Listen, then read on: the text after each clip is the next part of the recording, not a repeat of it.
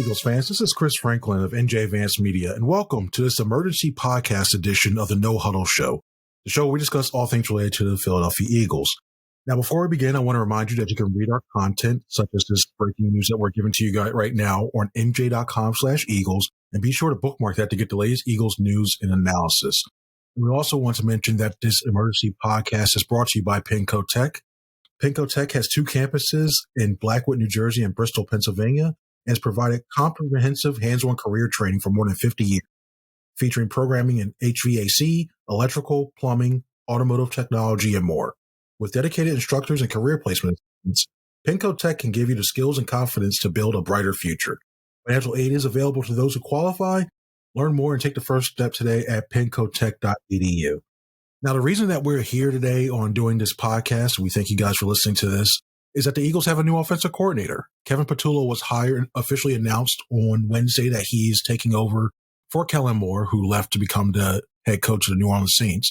Patullo was the associate head coach as well as the passing game coordinator for the Eagles. He's been on our staff since 2021, since joining Nick Sirianni when he was hired. And to talk more about this today, we have Bob Brookover and Cayden Steele. Guys, what's going on? How you doing? Hey, busy day, Chris. Busy day. Emergency podcast. Woo, woo, woo. Yeah, you know something big's happening when we have to get the European sirens out for this one. Is that one? Cayden, how you doing, man? Doing good, right? The offseason just begins. We probably figured this move was coming soon, and I don't think there's any surprises here, but excited to get into it. That's cool. Yeah, and we'll do that right now, getting into that. I want to get your guys' initial reaction so far to the hiring of Patullo. Yeah, you know, there's this is just from following the internet. There seems to be a bit of an uproar about, they've made an internal hire. And I mean, I agree with the philosophy. You should probably interview some people, pick some brains. I actually mentioned it on either our last podcast or the one before that. You know, pick some brains and find out some information from other teams. It doesn't seem like they really did that too much here. Maybe Josh McCown sounds like was interviewed, but you know, if you were going to hire Kevin Patullo, get to putting your off-season plan together. It's one thing checked off the list that had to be checked off the list. You know, it's obviously, and if Nick Sirianni was ever going to get his, I want my guy for this. There's no better time. Nick's never had more leverage. 2 years ago, he had some. He's got a lot more right now. He just won a Super Bowl as a CEO, head coach. You know, it's already out there that this guy's going to call the plays, just like Kellen Moore called the plays.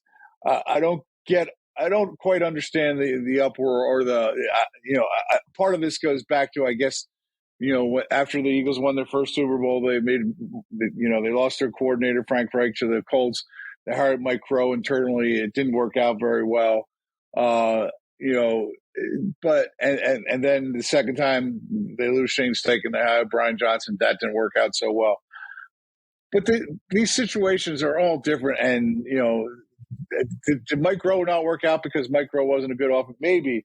But did also not work out because there was a real Carson Wentz problem at that point. That Carson Wentz wasn't the same player he was in 2017. And the Eagles weren't the same team in 2018 that they were in 17. It probably a lot more to do that than Mike Crow. Kellen Moore came in, did a great job. It really wasn't Kellen Moore's type of offense that, you know, ended up, you know, leading this team to being a dominant team. When he was with the Cowboys in 2021, when they finished first in yards and first in points, they were ninth in rushing that year, in rushing yards, and 7th and 12th in attempts. So it's not, you know, he had to adjust. You're going to adjust to your talent. The big key, and Cayden mentioned this in the story put up, is, can the guy call plays? Can he adjust when adjustments need to be made? Those are going to be the big keys. He does have an experienced voice as a head coach, as an offensive coordinator, who's been an offensive coordinator. So yeah, is it gonna work? We don't know. We're gonna have to see. And you know, it was something that Jalen Hurts mentioned too, that this is a different role for Kevin Patullo. He's got to prove he can do this role. He's proven himself in other roles. Obviously, he was part of a Super Bowl team, and he obviously had impact in what the offense was doing. Step up here now. The calling of the plays is the big thing, and we'll see what happens. Cool. And what are your thoughts on this, Cayden? What are your thoughts on the hire?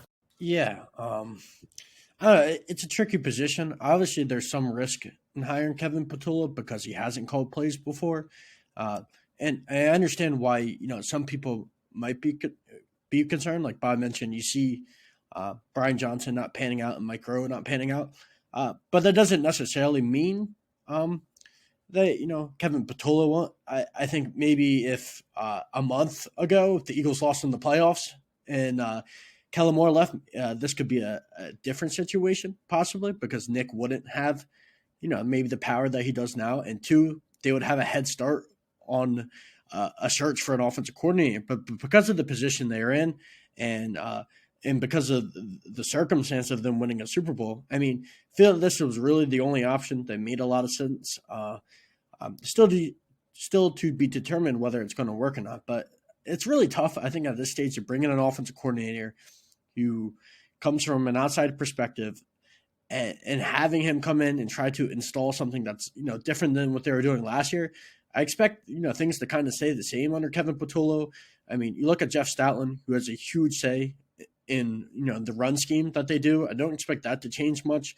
I mean, Kevin Patullo's been here. He's worked with Jalen Hurts, so there is some continuity there. I know it's a different position now, and it's going to require some more. But I mean, they have that rapport already. You would think, I don't think the Eagles did anything wrong by hiring Kevin Patullo. There is some risk involved, but I don't know what other direction they really could go in, and that's what happens. When you go to the Super Bowl and you win, and it's this late, and we'll see. I mean, Nick Sirianni's talked about how much he trusts him, how involved he's been. So it's not like he's done nothing. He's got a lot more experience also than Brian Johnson. Before Brian Johnson got promoted, I think it's a little bit of a different situation. I know he hasn't called plays like Brian Johnson, but he was in more positions around the NFL, having different stops with Indy, the Jets as a quarterback coach in Buffalo, in Kansas City. I mean, he's been an experienced coach, so I think it's a little bit of a different situation, and it's not as concerning. But I can see why some people are a little concerned. And one thing I think the biggest thing that I think when you look at this whole thing is familiarity and continuity are the two words that I think about this. And familiarity in the point that, that you look at Jalen Hurts and you look at how often he's had to play with different systems and different terminology. Somebody saying with these other players, even if you look at just Hurts's time here with the Eagles, along with some of these other players like the office, when you look at, say, Devontae Smith, when you look at A.J. Brown, having to go through three different systems, three different terminologies, and having to go through that all over again, they adapted, and to their credit, they've been able to get there and be able to do well. But it's nice to have at least some sort of holdover to go from season to season now. You're likely to see the same type of calls being played, maybe with a Patullo twist. You're likely to see some other things in terms of schemes or schematically as well, too. Patullo was really given a lot of credit when he was with the Colts for the RPO game. I think we could see a little bit of some of his tweaks and additions to that and maybe expand upon that as well, too, on air. Now, I did text a few players in regards to try to see what they were thinking in regards to this hire. One of them just gave a flat-out thumbs up. And it's like they liked it. And you look at some of the comments that they're making on social media as well, too. It seems like the players are Fred Johnson and along with Lane Johnson, they like the move already so far, too. So I think the players feel that continuity is going to help them maintain what they're doing right now. Now, when looking at this as an overarching thing, who do you think is the biggest benefactor for this Patullo hiring? I think you just made a great point, Chris. Probably Jalen Hurts. I mean, yeah, it's going to be another voice in his head, a different play caller, and it's been well documented since his freshman year at Alabama. This will be his 10th different play caller. That was 2016, his freshman year at Alabama. So we can do the math. Pretty much every year he's had a different voice. But as you just pointed out, the terminology, the calls are going to be very familiar because this is a guy who was in here. This is a guy who just saw how Kellen Moore does things. So all of those things are going to be similar, if not identical in some cases. And having a new twist in some ways is also not an awful thing, because sometimes, I mean, that was the big thing we were talking about last year after all these moves, that Nick felt the offense had gotten stagnant in some ways. So you still have the information that Kellen Moore and Doug Nussmeier as the QB coach had brought in here together. That remains, and you know, a lot of people want to blame Nick Sirianni for how the offense fell apart. And I think if you go back and look at the 2023 season, it was more about how the defense fell apart than how the offense fell apart. I think the defense fell apart first, and was the bigger problem. But also, I think there were problems beyond that. And if you go to the playoff game, you didn't have AJ Brown playing against the Bucs. There was just a lot of things that had gone wrong. And offensively, for most of that season, they were still a pretty good team. Through those first 12 weeks, they had some issues, but it's not like Nick Sirianni hasn't been successful as an offensive coach. He has been, and I'll make this one final point here about all of it. It's always more about the Jimmies and Joes than it is about the X's and O's, and the Jimmies and Joes are still pretty darn good on this offense. Yeah, it is. What do you think? Who's going to benefit the most, you think, Cayden? Yeah, it's tough to disagree with Bob, or the point that you brought up. It has to be Hurts, right? In 2022, you saw how much the Eagles ran the RPO, and it's fair to say 2022 is still Jalen Hurts' best season as a passer. Obviously, under Kellen, they went to a run-heavy offense, and he didn't have to do as much, in that situation. But we saw in the Super Bowl he could still, be a high-level, thrower in the league. Maybe not a high volume, but a high-level thrower. And I think adding more RPOs under Kevin Patullo could help, maximize Hurts' strengths even more than Kellen Moore did. So that would be the guy that I would go with. Obviously, he knows, a lot about Jalen Hurts, working with him as the pass game coordinator for the last 4 years. So you figure he knows his strengths, he knows his weaknesses. So, and I think that's the bottom line of this hire is, like you mentioned, Chris, is the continuity part. And you got a guy that understands him. If you brought someone from the outside, maybe they don't understand Jalen Hurts. They try to get Jalen Hurts to play a certain style that he isn't comfortable with, and perhaps that wouldn't panned out. So I think this is a safe hire because of that chemistry that they probably already have, and it could help him develop even more as a passer, perhaps more than he did under Kellen Moore. All right, cool. And one more thing as well, too, we're going to look at as well, too. The Eagles look like they're going to bring in Parks Frazier. This is according to NFL Network's Tom Pelissero, Mike Garofalo, and also I'm drawing a blank here. The insiders on that one, too. The NFL insiders on there. Ian Rappaport, excuse me for that. It looks like they're going to bring in Parks Frazier to take over for Patullo and be their passing game coordinator. Now, Frazier was with the Miami Dolphins this past year, and then has also spent time with, surprisingly, the Colts. And his background is kind of interesting because you look at some of the interesting stuff about him. Frank Reich actually married him. was the officiant of his wedding, and I'm going to say it's tongue in cheek, but thankfully he's okay with this. But apparently somebody tried to shoot up his home before as a case of mistaken identity, and they fired shots into his house, and thankfully he's all right, and everybody, his family was okay. But yeah, he's been through a lot of pressure. He's been through a lot of stuff. He's gotten time in a lot of different systems as well, too. How do you guys think he'll benefit this Eagles scheme? I can't let just shots. 77 rounds were shot into his house. Unfortunately, he wasn't home, but oh my God, that's just a horrible, horrible story. It's like, oops, wrong house. Sorry, jeez. Completely. When I saw that story, and I love that Frank Reich married him. There's obviously history between Nick and him, and when you impress Nick, he obviously is a very loyal guy. If you come cross paths with Nick and he thinks he's impressed by the way you handle yourself and did your work, you got a chance to be part of Nick's future at some point. That definitely shows throughout his head coaching career here. He's a very loyal guy. I think it was you, Cayden, that made the point, and this is a great point. As long as Stoughton's part of all of this, their confidence has to be high. As long as that guy's running your running game, bring in the passing game, you're going to sit down and listen to Jeff Stoutland, and you're going to learn a lot about the game. But this guy's obviously worked his way up. He was a quarterback in college and high school, so he's got a lot of he's done a lot of work at the position. He's worked his way into the NFL. Young guy.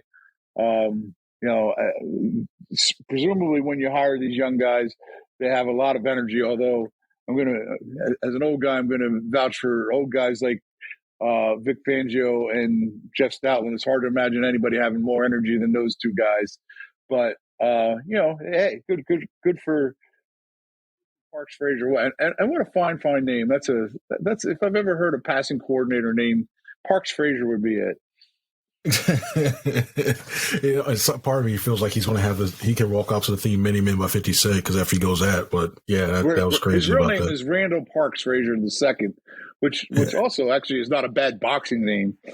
and it makes me reconsider. Like at the age of 33, you're already like in a passing game coordinator. You're on the fast track to become an offensive coordinator, potential head coach. It's crazy. What do you think, Cayden? What do you think about the Parks Frazier potential hiring? I like this hire. I get that he's been under the same system, for a long time under Nick and Frank Reich and that whole coaching tree in Indy, and was with Frank in Carolina as well. So there is probably a lot of similar ideas that he's going to come in, which is good because, like Bob mentioned, I think a lot of Nick's offense in the past has worked. So having a guy that has that understanding and has an understanding of Kevin Patullo, I also think is really good. But on top of the fact that last year, after Carolina cleaned house with Frank Reich, and he was able to go to Miami, and I know it wasn't a great season and all that, but being able to learn from Mike McDaniel as a part of that Shanahan system to be able to learn new ideas and two different offenses that are very different, at least it seems. So Nick talked about last year, one of the reasons they brought in Kellen was because the offense was stale and they wanted to incorporate new ideas and have fresh ideas. And Park Frazier gives them an opportunity to blend new and old together. And I think that's, it's an exciting proposition to have a young guy like that on the staff that you could also, develop maybe to be, your future offensive coordinator down the line. Let's say if, Kevin Patullo has success next season, he becomes a coaching candidate. So it's a smart hire. Maybe he'll be able to add some wrinkles to this offense that he learned from Mike McDaniel in Miami that can make the Eagles' offense even more explosive. So it's a logical hire, it's a smart hire, and I do find it funny that he has play calling experience in 2022. After they fired Frank Reich in Indy, Jeff Saturday took over. He was the interim OC. He's got more play calling experience than Kevin Patullo does in the NFL, but which seems crazy, but it's also a good thing that you have a guy there, even though it was a short sample size, who's done it, for an 8-game stretch before. So I think it's a good hire. Yeah, and one thing you mentioned this, and that was a good thing by you about this. You mentioned his time in Miami is something to watch with, because the one takeaway, I think people are starting to catch on to Mike McDaniel's offense down there and getting used to it. But the one thing they do very well is their use of motion and creative use of motion to get people freed up. And you saw what happened in terms of when the Eagles did that a lot. They did it more than they did in 2023.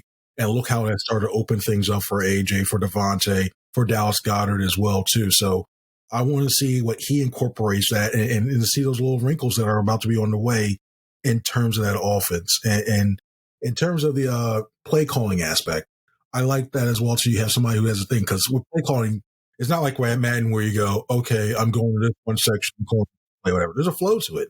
Things have to set up for something else, and you start to go, okay, I see this was going to happen. This is going to happen. You need to be a flow to get the big play that you want, the shot or you want to take down the line. So I look at something like that, and that's going to be key for him in order, and it's going to take time. It's going to be some growing pains because you think you have one thing here and then you go to something else, but it helps to have somebody else to help him with that and for him to go along there.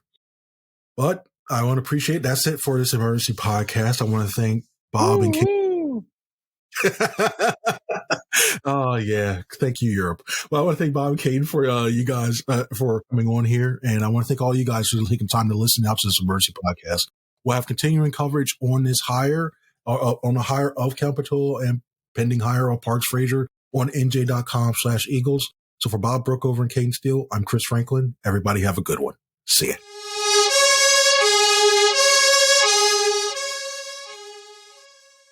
The No-Huddle Show podcast is brought to you by Penco Tech.